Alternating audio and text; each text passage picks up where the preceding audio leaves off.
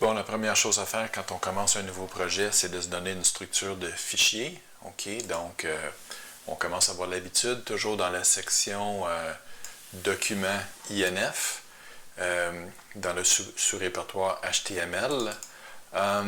Vous allez vous créer un répertoire qui s'appelle Pong. OK? Et puis dans ce répertoire-là, on va avoir quoi? On va avoir notre fichier HTML principal qui s'appelle pong.html. Je vais vous le montrer dans un instant. On va avoir quoi aussi?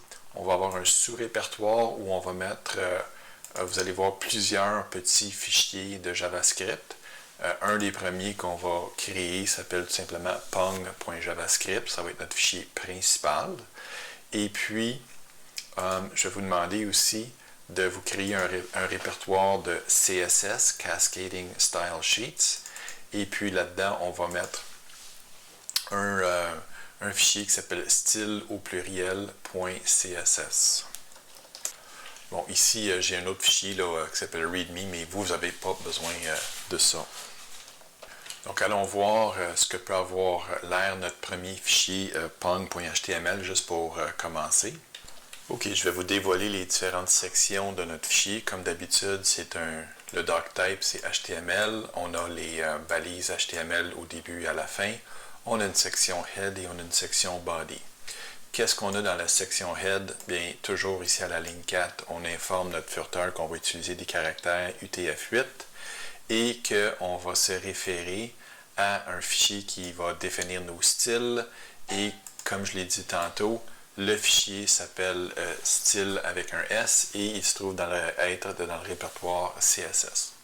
Par la suite, ici, j'ai mis un commentaire parce qu'on va se rajouter d'autres fichiers JavaScript qu'on va vouloir utiliser dans notre programme, puis on va les inscrire ici aux lignes 8, 9, 10, 11, 12, etc.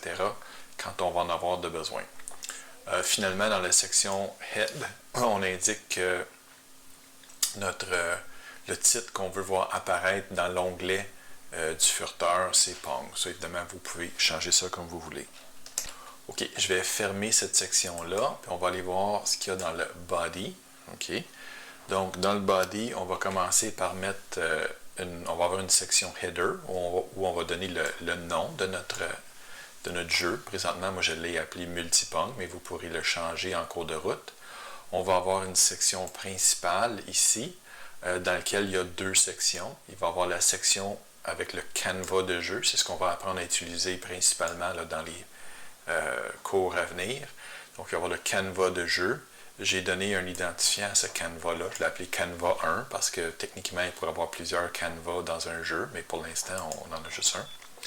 On va avoir une section aussi où on va avoir nos contrôles pour partir le jeu, augmenter le nombre de balles, se faire une pause, etc.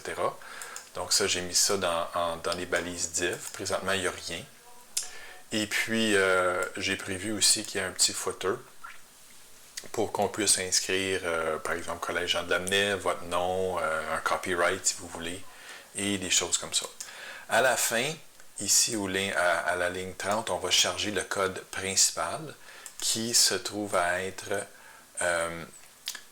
comme source SRC, faites bien attention de mettre les lettres dans le bon ordre, dans le sous-répertoire JS et puis dans le fichier pong.javascript. Donc voilà ce qu'on va retrouver dans le premier fichier HTML. Notre fichier ne sera pas super compliqué, vous allez voir, mais il va grossir un petit peu. Allons voir ce qu'on va mettre dans notre fichier pong.js.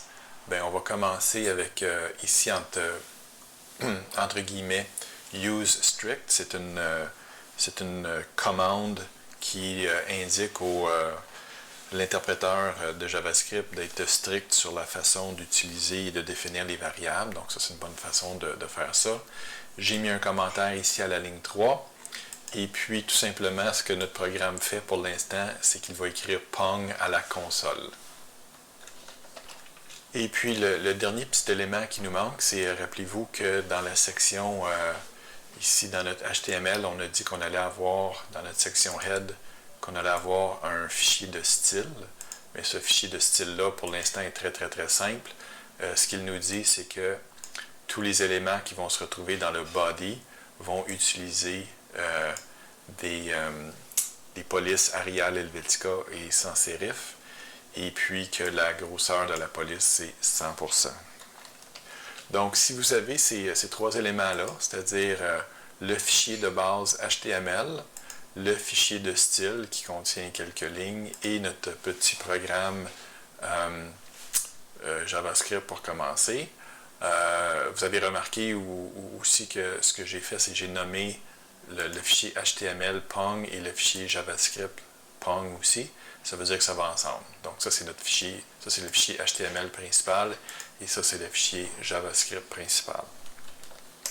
Maintenant, bon, notre jeu n'est pas très excitant. Quand on l'exécute, ça indique le titre. Donc on voit le multipong ici, ça c'est notre header H1.